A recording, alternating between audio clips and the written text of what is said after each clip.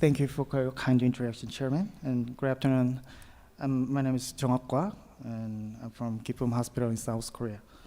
So today, I would like to talk about the workflow optimization in non-university hospitals, especially in the robotic surgery area.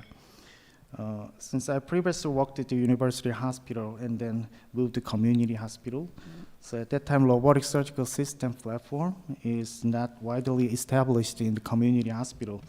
However, these days, many hospitals adopt the robotic system. And even though I have a very short and limited experience, I would like to share the experience that I've learned so far. So I have nothing to declare. So picture taking is not allowed during my presentation. These are brief outline of structures of my presentation. So I will discuss about challenges and advantage of the non-university hospital and the workflow standardization process in the community hospital. And I will share my clinical experience in our hospital. And I want to introduce my new surgical approach and then conclude and the take-home messages. So the first topic is challenges in non-university hospital. Since the non-university hospitals, there are many limitations in manpower and resources. And these challenges can be categorized in three categories: the manpower and system and variability in practice. And those limitations ultimately lead to variability in surgical outcome. The first, manpower. So in non-university hospitals, so we don't have some residents or fellows to assist in our surgery. So as a result, the workflow tends to be highly dependent on the individual surgeon. So there is often limited availability of specialized standards. For example, so it's specialized to control the robotic system and the troubleshooting problem with the neuromonitoring system kind of things. And the pre-contact step rotation affect continuity and expertise. So these kind of problems make difficult to maintain constant level of expertise within the team. So, and the systemic constraints in non-university settings, we often face resource limitations, and such as surgical instruments or equipment, and limited operating room availability. So in addition, there are frequent add-on day surgeries, and procedures times can be short and variable. Therefore, so there is also constant pressure for high turnover. As a result, these factors lead to increased variability in the surgical outcome and the variability in the practice. So non-university settings, workflow often varies from case to case, and many hospitals adopting a new robotic surgical system is often for the first time. So as a result, the robotic surgical systems itself is not fully standardized in the non-university hospital. So it takes more time and the procedures to standardize the procedures. As a result, this kind of variability can lead to inconstant outcomes. So, but also there's some advantage of the non-university hospital settings. So there's like a systemic level and the team-related and the patient-centered advantage. For the first, the systemic level perspective, because the system is less complex than university hospital, decision-making is often faster due to the more streamlined process, and the workflow is also flexible and adaptable. In addition, diagnostics can be performed rapidly, and the waiting time for surgery is relatively short. The scheduling across the departments tends to be more efficient. And the team-related advantage. So in non-university settings, it is possible to establish the consistent core surgical, endocrine, or robotic surgical team, and which can enhance collaboration. So closer communications allows for quicker coordination, and multidisciplinary collaboration can be carried out more effectively. And the patient-centered advantage. Since patients can have a better accessibility to the doctors and the care, and this allows for more comprehensive consultation and closer communication. In addition, surgery can often be scheduled at the time for the patient and convenient for the patient. Overall, this environment enables more rapid implementation and innovation. So based on these advantages and challenges, I will discuss strategies for the workflow optimization, focus on the standardization. So the standardization itself helps reduce variability, improve retraceability, and enhance efficiency. So the goal is not just to make it fast, but to make it more consistent and reliable. So there are many steps on the standardizations. So first, pre-operative standardization. So it begins with the patient selection and evaluation. It is important to clearly define the selection criteria and standardize the imaging protocol, such as thyroid and parathyroid CT scan and dynamic adrenal CT scans.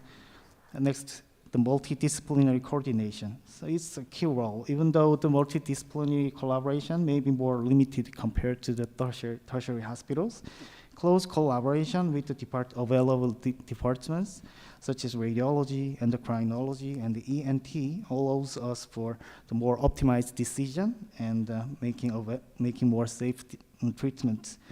And the preoperative workflow itself should be standardized. This includes structured preoperative planning and regular team meetings, such as ward round and case discussion and the team meetings. Intraoperative standardization includes the preoperative setting up and instrument workflow and post-procedural consistency. It involves patient positioning and way of docking and camera maintenance and maintaining the fixed sequence of steps along with the proper specimen handling. This type of standardization can be achieved by establishing core team and maintaining continuous collaboration. So team standardization involves assigning a dedicated team and defining clear roles and maintaining consistent staff. Repeated coordination improves efficiency. External training programs, such as these provided by the academic societies and industry-based programs, can be helpful. Ultimately, team consistency is important as a surgical skill. So one of the aspects of the collaborative system is pathology. So although access to the subspecialized pathologists may be limited, so structured collaboration with the high-volume pathology center allows us for the consistent interpretation and continuous communication.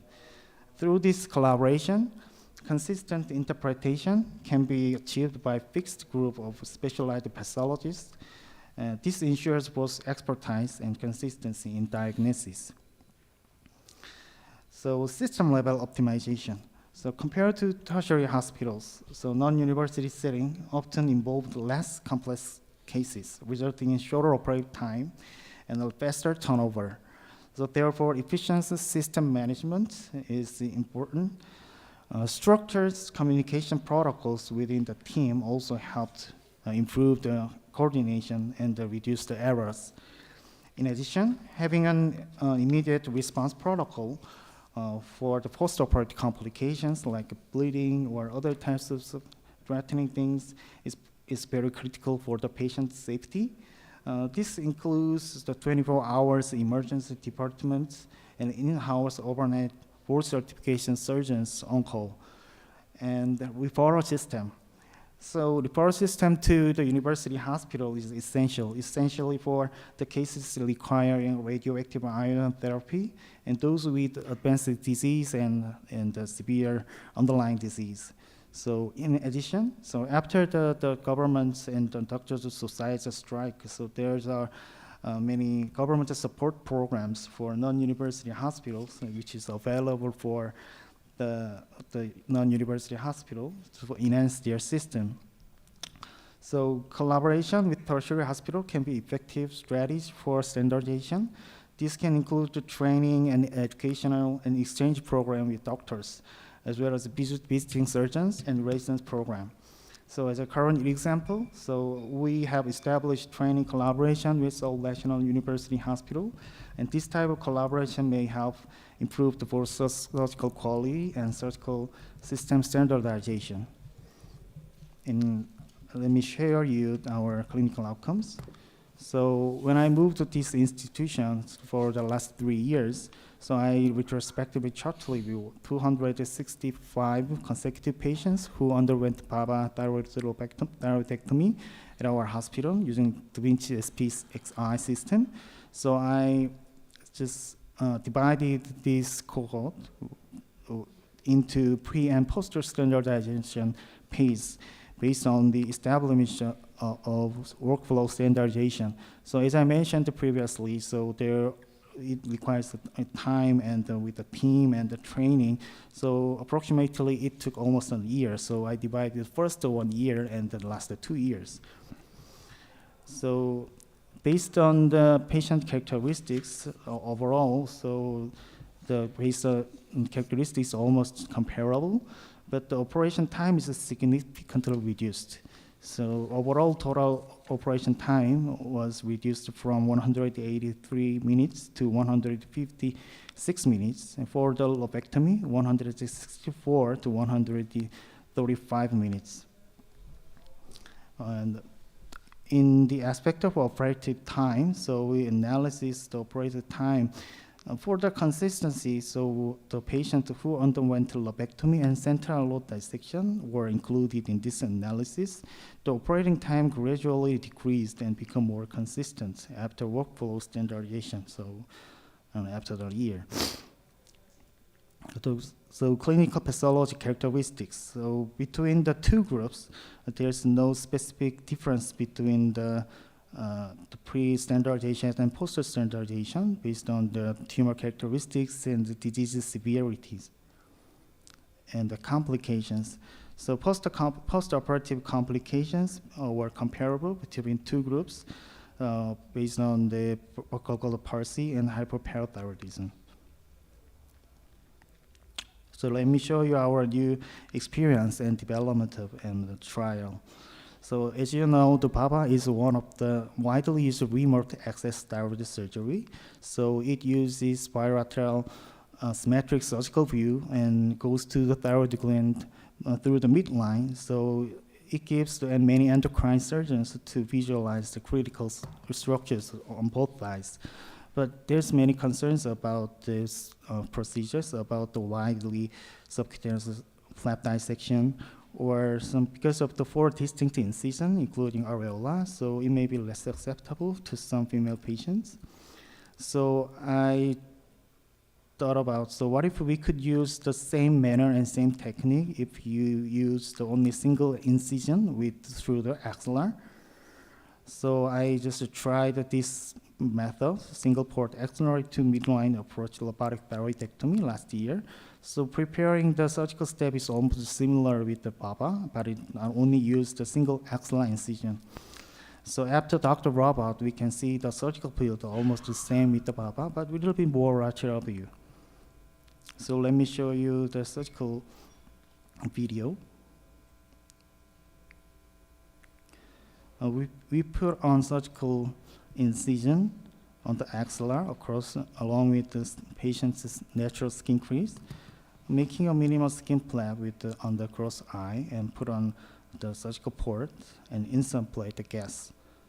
And after that, almost the same with the power technique. So I used to make a surgical flap with harmonic scalpel to reach to the sternocleidomastoid muscle to make enough space to Dr. Robot. And after Dr. Robot, so we make a little bit more surgical flap to reach to the midline of the strap muscles. And after that, we open up the midline of strap muscle. And from now on, the basic surgical technique is almost similar with the open method or BABA robotic thyroidectomy. So after midline dissection and the lateral dissection, so we detach the strap muscles from the thyroid gland. And this is we call the switching motion, so which is used in the BABA technique. So we use Maryland, so to cardiac process to medial traction. And then we can find the recurrent laryngeal nerve and the identification of the lower parathyroid gland and preservation.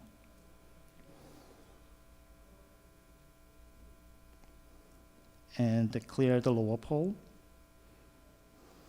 And we go up to the upper part of the thyroid gland with the clear visualization of recurrent laryngeal nerve and preserving the upper parathyroid glands. To detach the various ligament, so we use the gauze ball to shield the nerve from the energy device. And the upper part, so we can reach to the vessels around the upper pole. And meticulous dissecting to find the EBS-7, so there's white lines behind that, and then we can confirm the safe distance from the EBS-7, and then we can confirm the surgical plan to clear the upper pole, and then we finish the upper part, and then the central leg dissection is almost the same with the BABA technique. And then keep visualize the recurrent laryngeal nerve is important. Then it's finished.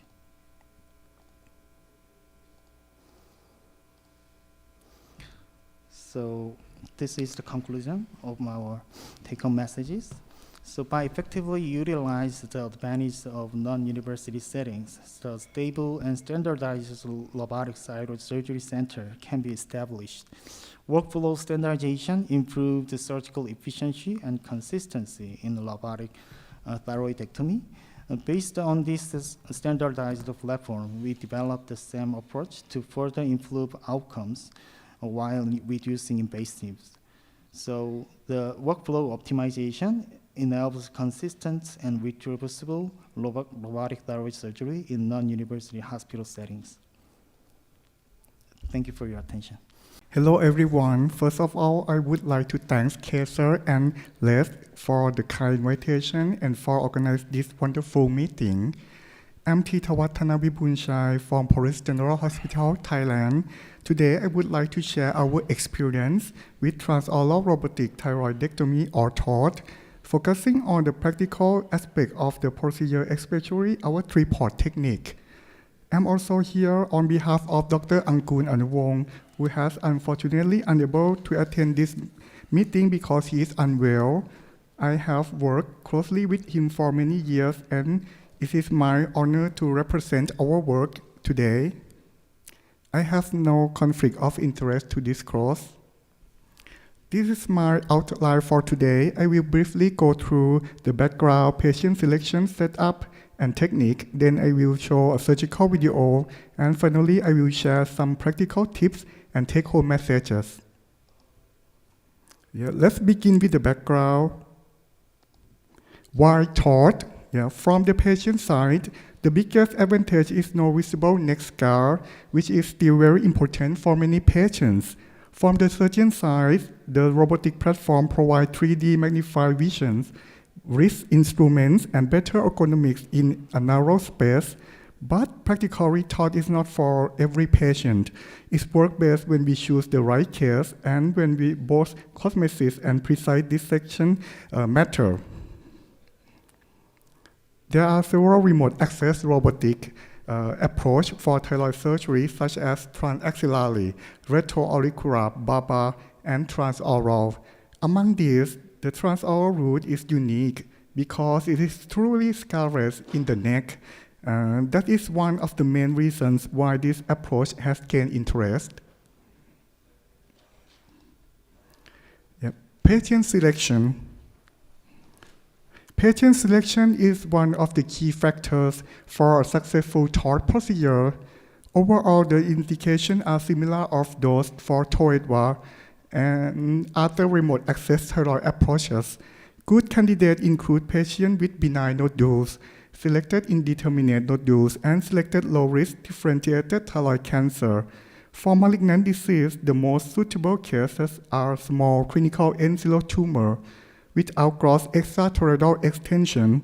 In my experience, when the case is selected appropriately, the operation is not only safer, but it's also technically much smoother. There are some practical eligible criteria. Earlier criteria here, were more strict based on thyroid size, nodule size, and absence of nodal disease or gross invasion. More recently, consensus allows some expansion in selected cases, especially in experienced centers. But the important message is do not push the indication too far just because technique is available. So why move from Theethawat to Thought? With Theethawat, common issues include rigid instruments, limit motion, instrument collision, and sometimes more difficult fine dissection. Robotics may help with better instrument.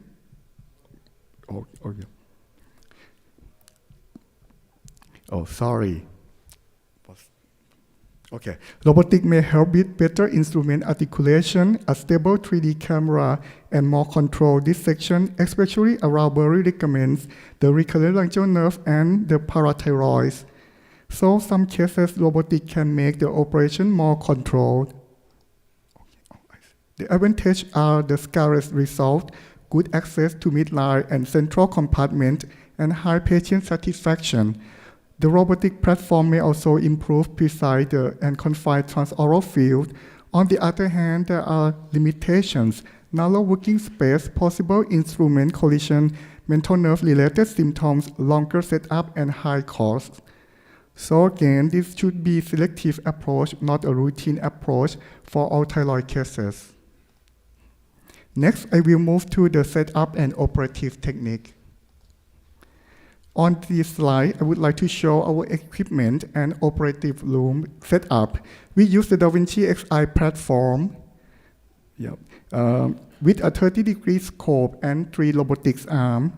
The patient is pressed supine with the neck extended, and after oral vestibular preparation, we create the subproximal working space with low pressure CO2 insufficient. The initial space is developed endoscopically before robotic docking, using a 10 mm 30-degree scope, 1 center torque, 2 lateral torques, standard instruments. We also use intraoperative nerve monitoring routinely.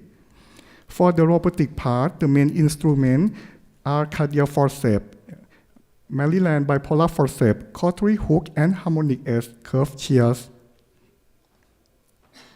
This slide demonstrates our operative layout. For Thought, we use 3 8 mm robotic ports through the oral vestibule, including 1 short central port here and 2 long lateral ports. The middle image shows our standard operating room arrangement, including the position of the vision card, scuff nurse, and equipment table here, assistant, surgeon and console, anesthesiologist, and the tool. A consistent setup is important for smooth surgery workflow and communication during the case. The image on the right shows the robotic system after docking. In practice, having a standardized layout helps minimize collision and makes the procedure more efficient. Next, I will show our transoral robotic thyroidectomy video.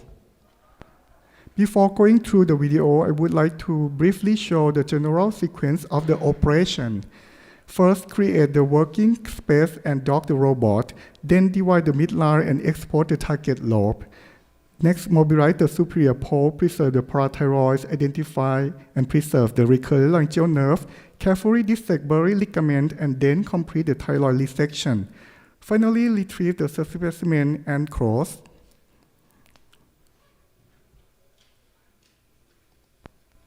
This video was presented at CSERS 2026 this year by Dr. Warit Rangsi-Thananon, and the operation was performed by Dr. Angkoon Anuwong.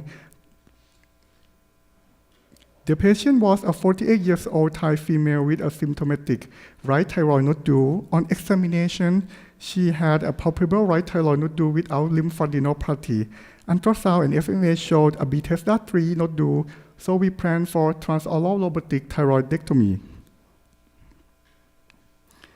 We start by creating the working space, laparoscopically, similar to the Theethawat technique. Using blunt dissection, hook cautery, and ultrasonic device, we develop subproximal plane. During this step, we can often see the anterior jugular vein on the strap muscle near midline, and we should avoid injuring it.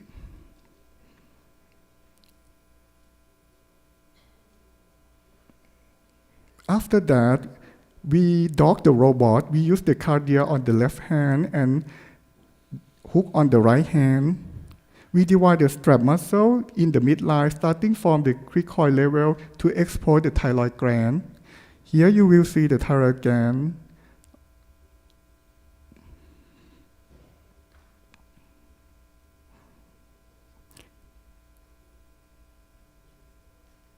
Then we continue the lateral dissection with bipolar forceps and robotic instrument.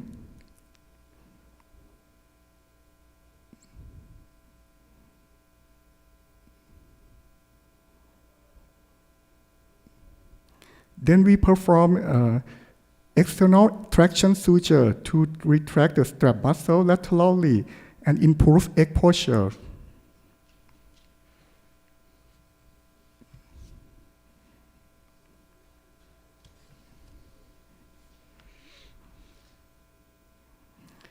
Then we perform ischemectomy. When using bipolar near the trachea, we direct the instrument away from it to reduce the risk of injury.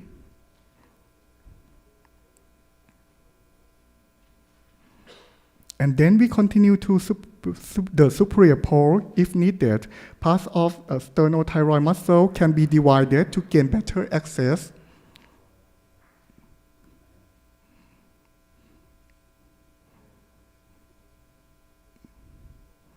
At this stage, we dissect around jaw space, control the superior thyroid artery and vein. We use the harmonic to control the vessel. Then identify the superior parathyroid gland, taking care to avoid the heat injury. You will see the superior parathyroid gland here.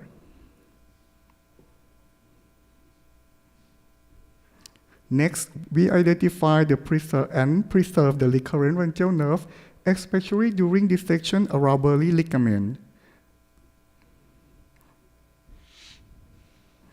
You will see that the robotic is very helpful to dissect the recurrent ventral nerve around Burley ligament because it has a wrist angle.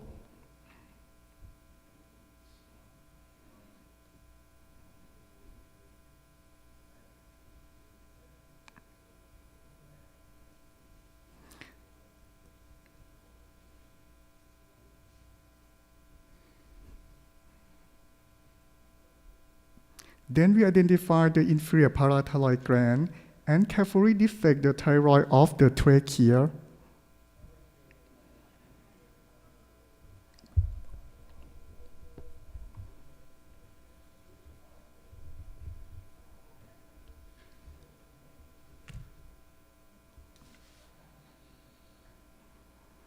After complete mobilization, the specimen is removed in an endo bag.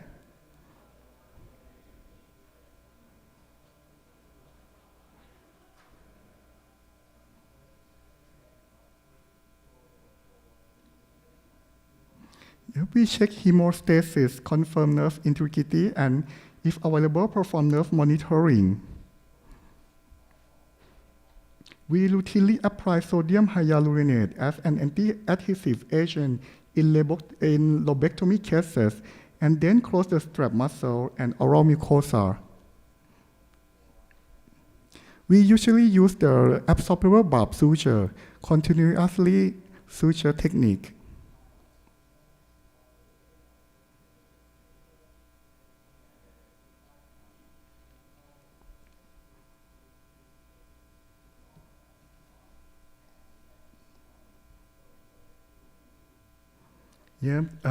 Post-operative outcomes, the patient resumed oral intake after surgery and was discharged on post-operative day 1. Final pathology show glandular goiter with cystic degeneration, no malignancy. At the follow-up, the wound healed well. At the 3 months, there was no hoarseness or chin numbness. Tips and pitfalls. From our practical experience, a generous and bloodless working space makes everything easier. Good traction and counter traction still essential, and we must always respect thermal spread near the recurrent nerve and parathyroids. Common pitfalls include poor port spacing, instrument collision, and difficult around Burley ligament, and if safety becomes a concern, we should never hesitate to change the strategy. Here are our outcome data from Paris General Hospital, which were recently presented at SEGES 2026.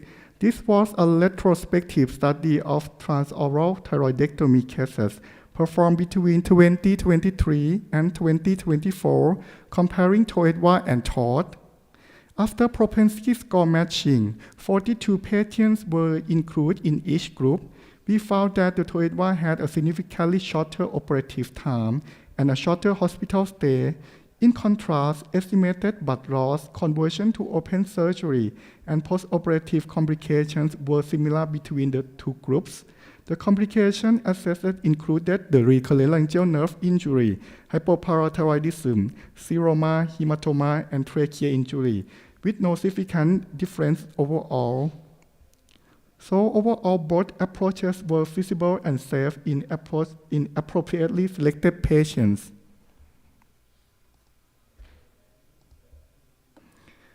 The literature supports that the transoral thyroid surgery is feasible and safe in selected patients. Theethawat helped establish the vestibular approach, and later THAT studies show that the robotic assistant is also feasible and may be beneficial in more technically demanding situations. Brazilians now show acceptable complication rates and very good cosmetic outcomes in experienced centers. To conclude, THAT is practical remote access option for selected thyroid patients. The main benefits of robotic is better control and visualization in a narrow transoral field, but success depends not only on the robot, it also depends on patient selection, setup, docking, and surgical judgment. Our three-port technique is a simple way to preserve the scarless concept while keeping the procedure practical. Thank you very much. I'm happy to take any questions. Thank you, Chairman, for the kind introduction, and welcome to the KSERS conference with the joint session. Exceptionally, I always present about the joint session last year and the day before last year. I have my presentation here, and I'm very happy to meet the doctors from the Thailand. And as I mentioned, I went to the Police General Hospital around 10 years ago, and I have many friends there. And I will introduce about my clinic and how to I setting up the robotic endocrine surgery in community hospital in Korea. And I know this close, and you can take picture. I want to advertise my hospital, so we take more picture and spread it to your hospital colleagues. It consists of three contents. So one is the reason why the thyroid cancer can be successfully treated in a local clinic, and setting up the thyroid cancer center in community hospital, tips and kind of the informations, and finally Singapore robotic arterial thyroid surgery, why it is better in the local clinic. So. As all endocrine surgeon knows, then thyroid cancer is the most common cancer, not only in the Korea but in the worldwide, and around 35 surgeries in a year in Korea, and the age is very young, occur in the 30 to 50 years, and socially active age with the familiar, and also in occurred women, so they are very well familiar with the robotic surgery compared to the other diseases like prostate cancer or the other solid organ cancer. And especially the most important thing is that around 30 to really 50 cases are microcarcinoma in Korea. That means that around 70 or 80% of cases can be only cured by surgery, not for the sending to the radioactive iodine therapy. So there's one of important reason.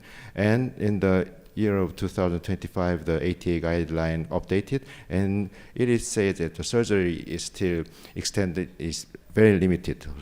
Most cases are recommended to the lobectomy only, and total thyroidectomy only to take only recommend for the very large cancers and extrathyroid extension and lymph node metastasis and M1 cases.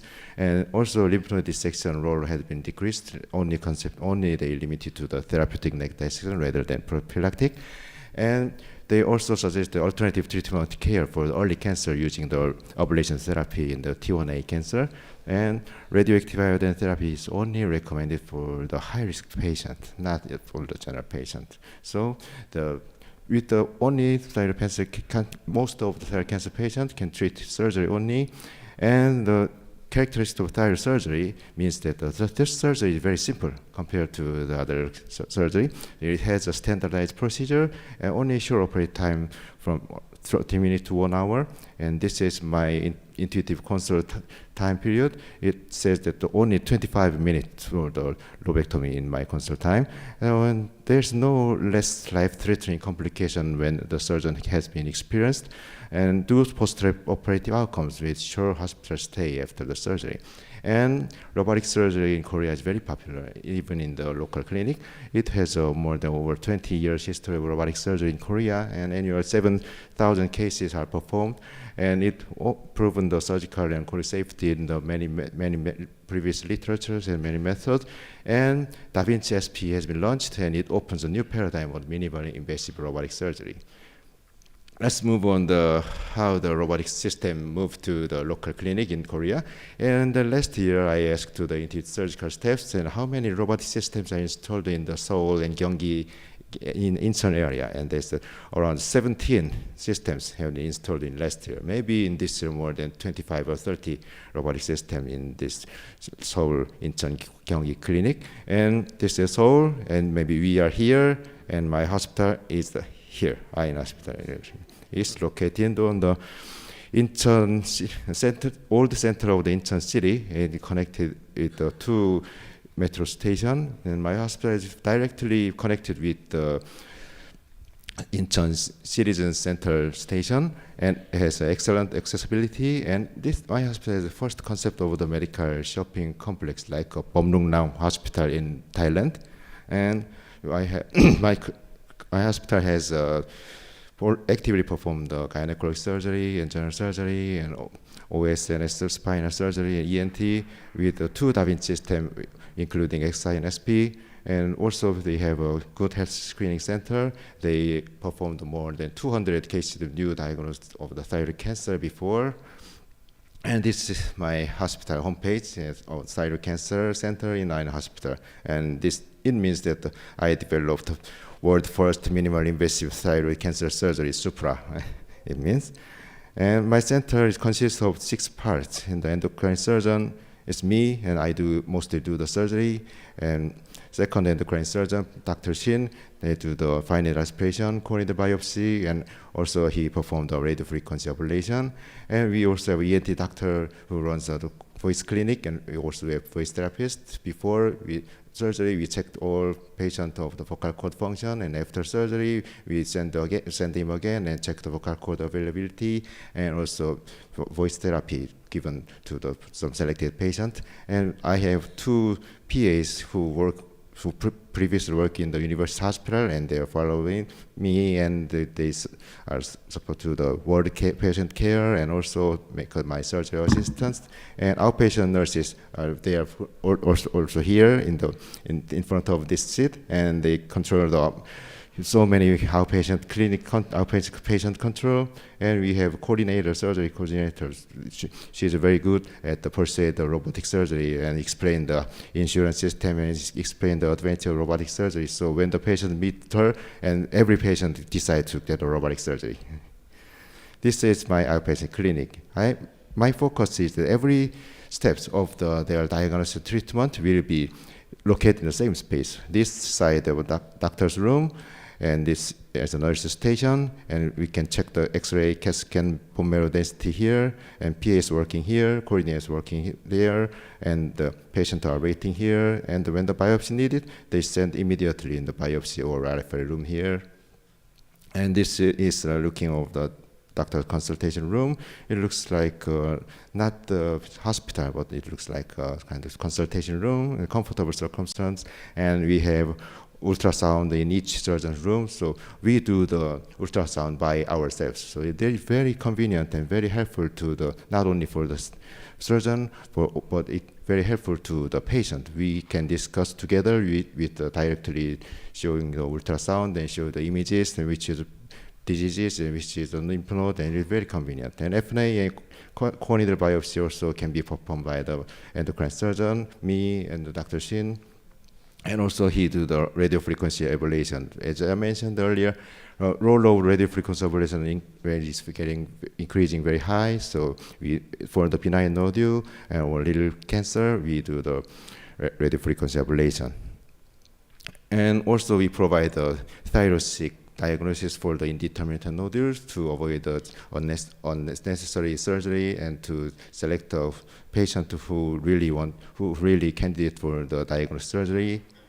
And voice clinic here, we have a ENT doctor and voice therapist, and they laryngoscopic exam and vocal cord injection therapy and voice treatment after post-thyroid syndrome after surgery. This patient ward, it also looks like a hotel, not a hospital ward, and very calm and very luxurious. And this is a patient room, and also we have a smart monitor. It provides Netflix inside, so patient don't have time to spend boring time. And finally, I introduced my surgery, Supra, and I was started the BABA surgery, multi-port robotic surgery, around 10 years ago, and I developed the world's first single-port robotic areola approach. It evolved from the BABA access. The advantage of BABA surgery is anterior vision provide each thyroid gland and each lateral lymph node without changing the robotic system. So I want to preserve this advantage and minimize the surgical flap. So I only docking the robot through the right areola side, and that's all. I can do every thyroidectomy and every right and left or bilateral neck dissection, and every surgery can be possible using this method. And don't need to other exceptional things like surgical retractors or the specialized surgeon. Only me and surgical assist and robot is all. So, and there's no risk of the exceptional complications such as infection from the oral cavities in the transoral surgery and the damage to other organs. So very convenient way to, and it has been noted in the intuitive surgical statistics. They said that the BABA has been evolved to the Supra, and the rate of the single-port surgery in Korea has been increasing very rapidly. And this method is applicable to all types of patients. When the patient BMI is very high, more safe and more easier dissection around the thyroid tissue, because when we do perform the obesity patient, before we have very good, huge amount of enough effort to dig out the fat, subcutaneous fat, and the retraction. But using this method, only I make an incision here and go through under the fat layer, and surgical view is same compared to the other surgeries. Also, someone concerned about the breast implant patient, is possible to the breast approach? And yes, because the layer is different. The breast implant located underneath the pectoralis major flap, but this method only we using the subcutaneous flap, so it's not interfere, and after surgery there's no kind of damage to the augmentation. And someone also asked me that the male patient possible? I said yes, because the length of the male areola mostly 2.5 and 3 centimeter, so it is suitable for the docking the right areolas as the same as a woman. And even the narrow Da Vinci SP system recently launched the extended range instrument. That means the 17% of the extended range of the device, so it can be accessible to the deeper portion of the thyroid gland. The thyroid surgeon all knows that the male patient has a very deep space and very heavy body statures, it was very difficult to approach deeper portion or recurrent laryngeal nerve or parathyroid gland. But using this SP system is very convenient to access the deep portion of the thyroid gland. And also I can do the supra-modified radical neck dissection, SC. I published this paper in last year. And this is level 4, level 3, and level 2B, and level 2A. Every station of the lymph node, lateral lymph node can be easily dissected using the supra method. And operation time is around the mean operation time of the neck dissection was only 182 minutes in the supra method. And I can also do the redo surgery, that means the recurrence patient. So this patient, I made her surgery by the Baba around 3 years ago, and it has a recurrence in the level 2B. So I adapted to the supra method to find out that this metastatic lymph node and successfully done. So, and also I do sometimes I do parathyroidectomy using the ICG guided parathyroidectomy, and this is using the ICG, the pathologic parasite growing permanently. So using this method, robotic ICG guided parasite surgery, the cure rate was 100% among my 19 cases. These are statistics of my hospital, and I launched my thyroid cancer center in the last September, and the green one is supra, and the XI is yellow, and other other orange one is open surgery. And as you see, most patients are supra method, and open surgery has been decreased, and XI have been decreased more. And recently, my supra cases over more than 500 cases, and my hospital is celebrating this to the web and my homepage. And I also made a presentation in the morning about my 500 cases, and I got the second prize. And I can do the lobectomy, total completion, and total neck dissection, parathyroidectomy. Notably that the flap creation time is around only 10 minutes. And in the completion thyroidectomy, only 6.5 minutes. It's a very fast preparation compared to other methods. And consult time was only 42 minutes, and only 69 for the total thyroidectomy. And the lymph node retrieval rate of more than 4.8 in the central lymph node, and more than 30 lymph nodes from the neck dissection, and TSH stimulates thyroid gland level before the radioactive iodine therapy was 50% was under below the 1.0. It means that the supra method can be so safe in the oncologic manner. I always concerned about the international collaboration from my hospital to my international colleagues, like from the Europeans and the Japanese and other world. And we also have a standardized training program to train the supra method. In summary, the thyroid cancer can be adequately diagnosed and treated in the local hospital, not in the university hospital. And supra method provides the best surgical result and outcome compared to other previous methods. And prompt treatment in the community hospital allows rapid return to society, especially for the socially active women and socially active men, and easily post-operative follow-up by surgeon performed by the ultrasound itself. And I can also managing accompanying chronic medical disease such as hypertension or the hypercholesterolemia. It can be easily provided to the follow-up patients. Thank you very much. And if you take a photo of the QR code, you can access to my homepage. Thank you so much, my boss, for kind introduction, and also thank you, organizing committee for the invitation. So my name is Ajjana. You can call me A. So I don't have this culture, but I have to say all the work here is not all mine, because and my experience about endocrine surgery is during my training with Dr. Suthep. So basically, this is like a wrap up and the teamwork from the society. So my outline is about thyroid robotic thyroid, robotic parathyroid, robotic adenorect, and also I touched a little bit about the advanced technology lately, and also I mentioned a little bit about Thailand. So as you all know, robotics has a long history now.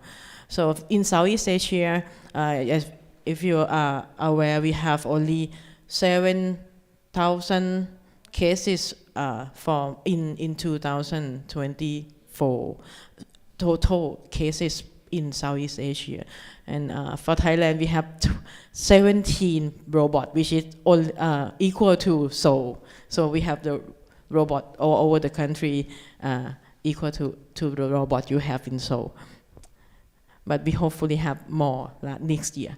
So what I'm surprised is there is a very impressive statistic that there's a report from Yonsei Medical University about the syllabus for the 10,000 case robotic thyroidectomy, one center and only one center for answer one question. So where should we learn robot surgery from? So the answer is easy. So we should learn from the one who perform it like more than the rest of the world. So what we learned from this study show that the complication rate is this is like a standard benchmark that you should remember because it's 10,000 cases. So transient hypocalcemia is only 37, permanent is only 1.5, and recurrent nerve should be only 1 to 2%. Permanently palsy, it should be less than 1%. So they say if you do more, the statistic will be much better. And they also increase their indication to more than 5 centimeter nodule. So this is a timeline for robotics thyroid in, I think we can represent the world because I believe Korea do the most of robotics thyroid surgery in the world. So start on 2001 and then 2007, this is a first ever gasless transaxillary robotics thyroidectomy at Yosen University. And then the BABA developed here, and also the retroauricular developed on 2010. As I already mentioned, robotics transoral has been started since 2014, and closely Dr. Angkoon from Thailand, he invented the Theethawat from in Bangkok, and lately 2018 the robotics SP, which is single port, gained very popular in Korea, and I think there's many cases has been done lately. So now it's not just the cosmetic, but because long time ago we believe robotics thyroid is only about the cosmetic, but I believe it not just the point. Because of the technology, we see more benefit from the minimally invasive approach. So this is, as you already know, we have transaxillary, BABA, and retroauricular or facelift, a thyroidectomy, and TOT, and also the Theethawat. So this is my review for you. Don't worry about it because I already wrap it up for all the meta-analysis results for robotics thyroid. First of all, they are still consistent. Data show that open still faster, but convention rate is comparable, is 1 to 1.5%. Recurrent laryngeal nerves is also not different among labs and robotics. We did transient 1 to 5, permanent 0.3 to 1%. However, Theethawat may have, transoral may have a little bit more transient recurrent laryngeal nerve, but this is only in some study. For the robotics also have a little bit more report of recurrent laryngeal nerve injury compared to open, but this is only one study, metastasis study. And of course it provides a better cosmetic outcome. For the transoral, offer the best cosmetic result because there's a truly scarless, and overall complication rate is equal among all of the approach. However, hypocalcemia may be a little bit better in transoral, and every approach has special complication, like BABA may cause Horner syndrome. Transoral may have mental nerve injury, and also transaxillary may have brachial plexus injury. However, most of the meta-analysis you have seen here, the work and all the data mostly become from conduct in Korean, and also there's some technical heterogeneity of the technique, and the recurrent laryngeal nerves are not always checked by the laryngoscope, and there is no standard in terms of scale of to assess a cosmetic result. However, robotic thyroid shows safe and better cosmetic result trade-off with the operative time. So the choice depends on the cosmetic concern, the patient selection, and also the surgeon experience. That I touched a little bit more about the cancer for the thyroid. So a long time ago, we afraid of the cancer to do the minimally invasive, but now the evidence-based support us to perform cancer, to perform robotics with the cancer. However, some oncologic outcomes show a little slightly few lymph node that can pick up from the robot. However, there is no significant statistic. The thyroglobulin level is still the same, and recurrent rate stay the same. By the way, the follow-up time is still short, but we can conclude that we can do the cancer by using the remote access and also the robot. So final, there's a multi-society consensus that many speakers already mentioned, that the indication has been addressed at the node do should be less than 6, and intermediate don't do less than 4, and well-defined cancer should be less than 2. Dr. Theethawat already mentioned. Contraindication is extra nodal extension, local, advanced, or poorly diff, bulky node, and also the very obese, like BMI more than 50.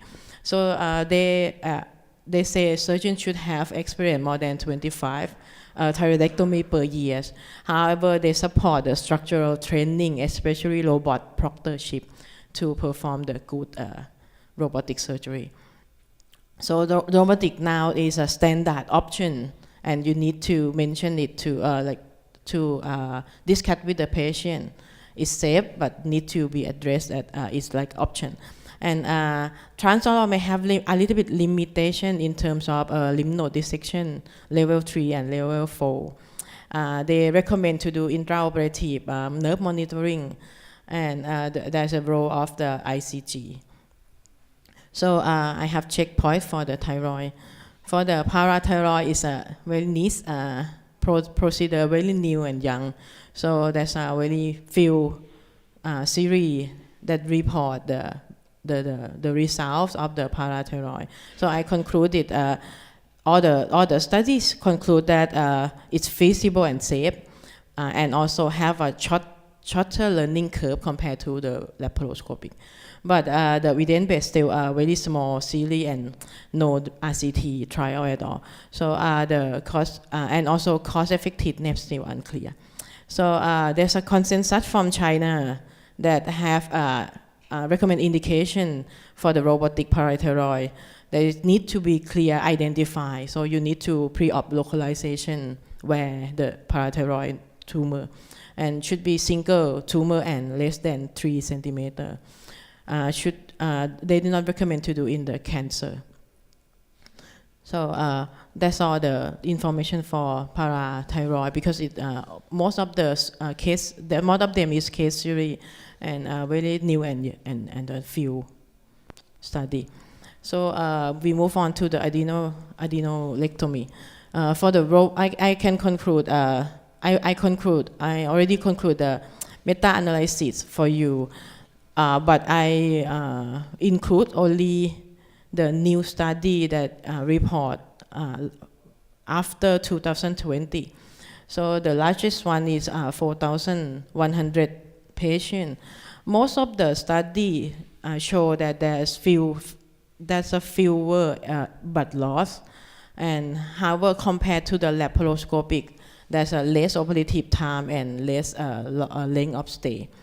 They benefit especially in phenochromoscytoma because the patient will have a stable hemodynamic because we can do it with the less touch technique, and have lower likely to have a lower severe complication.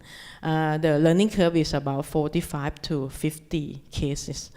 So however, all the evidence base is still mostly observation because there is only 2 randomized control trials in terms of the robotics adenolectomy, and the costs are still very high compared to the labs. So this video belongs to Dr. Robert from Theethawat. He have a lot of robotics adenolectomy in Thailand. So this is a study that only one RCT that report this year by single surgeon who performed laparoscopic compared to robotics. He also do the randomized control trial.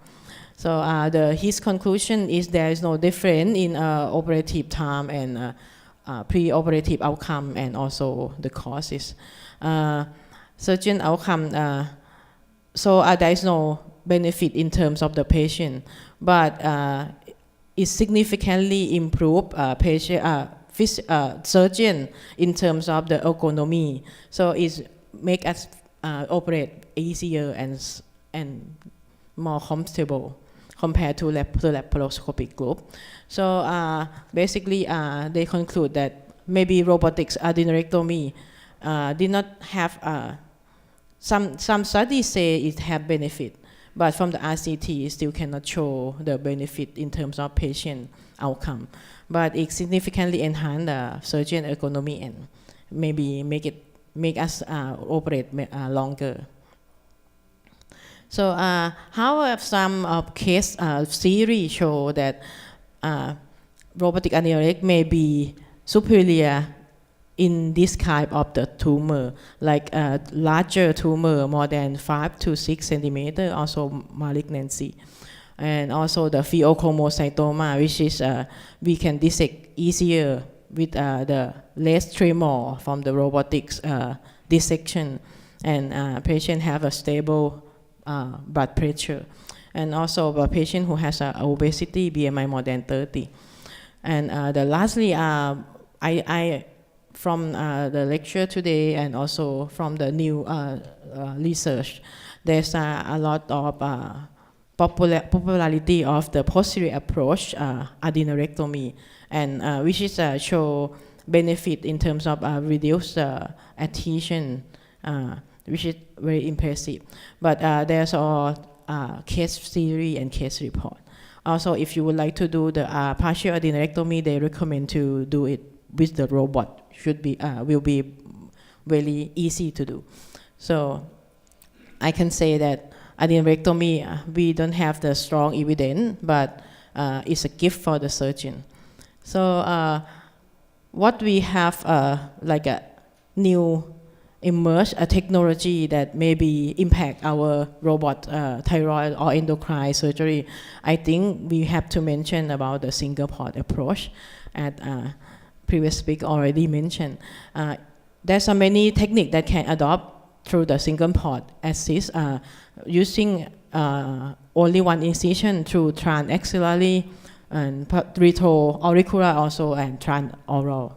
So there's like the usual, the Pioneer series creates from its report from Korea, and I believe that nowadays, like Dr. Yi already mentioned that he already do the SP for 500 and made, so maybe total case in Korea maybe 2,500 now from all over the country. And the report from KSERS 300 case series show that shorter operative time, shorter learning cost, like he said, only 20 to 30 cases, and comparable complication. They also reports of the modified radical neck dissection can be done as well with a better result. So I believe that the single port may also through minimally invasive for the remote access thyroidectomy, because we all know remote access thyroidectomy laparoscopic is not minimally invasive, because sometimes it require the long and large dissection plane.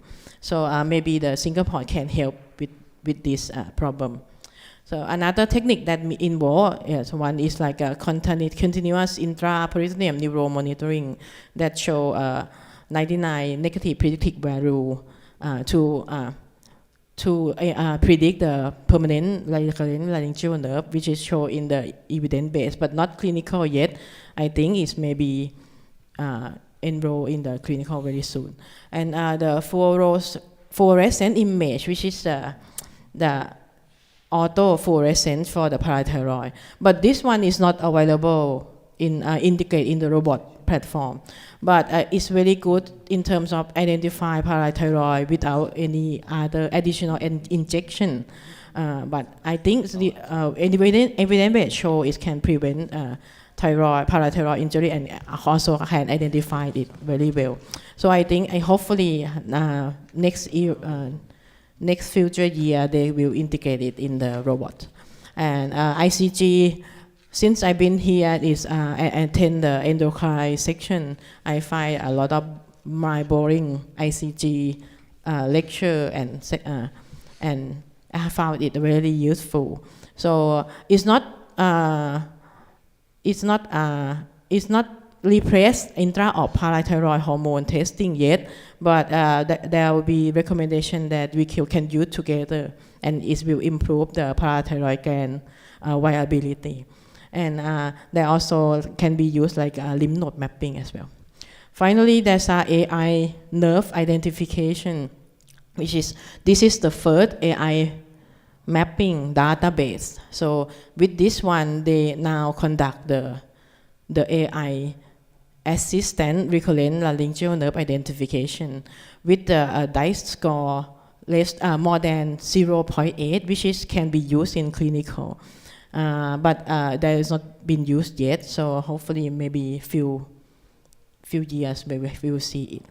So this is the situation in Thailand.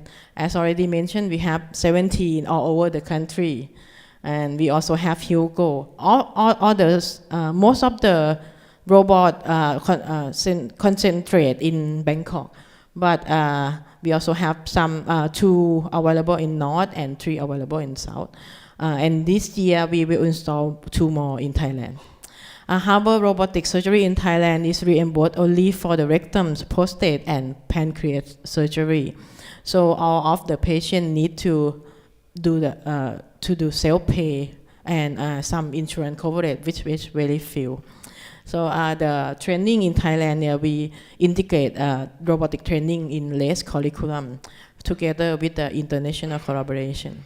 And don't forget to mention that we are home of the Theethawat and TOR. So the next question is, any more field RCT for thyroid and more evidence-based for parathyroid? And long-term, we're looking for long-term oncologic outcome and cost-effectiveness study of the robotic surgery, endocrine surgery, and the AI, which is not clinical yet. So my conclusion is robotic thyroid is already recommended as an option standard in guideline now. Parathyroid is feasible in the expert hand. Adenorectomy provide better outcome, but not significantly in the report. So especially have benefit in some selected cases. And so SP or standard single port system may change the new era of the remote approach for the endothyroid.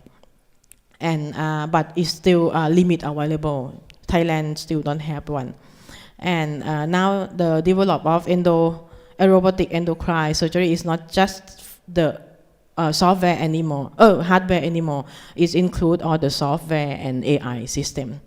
So collaboration among the society can move us forward, I believe.